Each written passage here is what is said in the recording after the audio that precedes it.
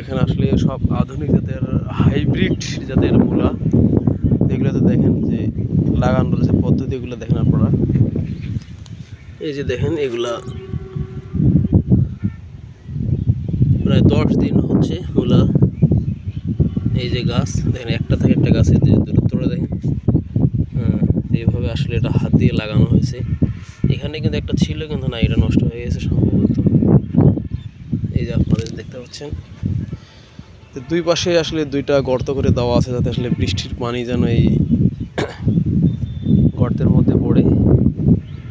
যার কারণে দেখেন আপনারা এইভাবে মূলা চাষ করা হচ্ছে এখন। আপনাদেরকে আরও দেখাচ্ছি যে এইদিকে তো আসলে এইভাবেই মূলা এখন বর্তমানে লাগানো হচ্ছে।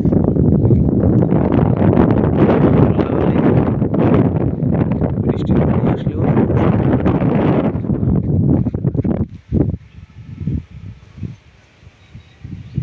এটাকে বলা যায় আসলে আধুনিক চাষ পদ্ধতিতে মূলা রোপণ। আপনারা দেখতে পাচ্ছেন সামনে আরও দেখা যাচ্ছে, আসলে সবাই কিন্তু একই পদ্ধতিতে মূলা লাগাইছে। এই পাশে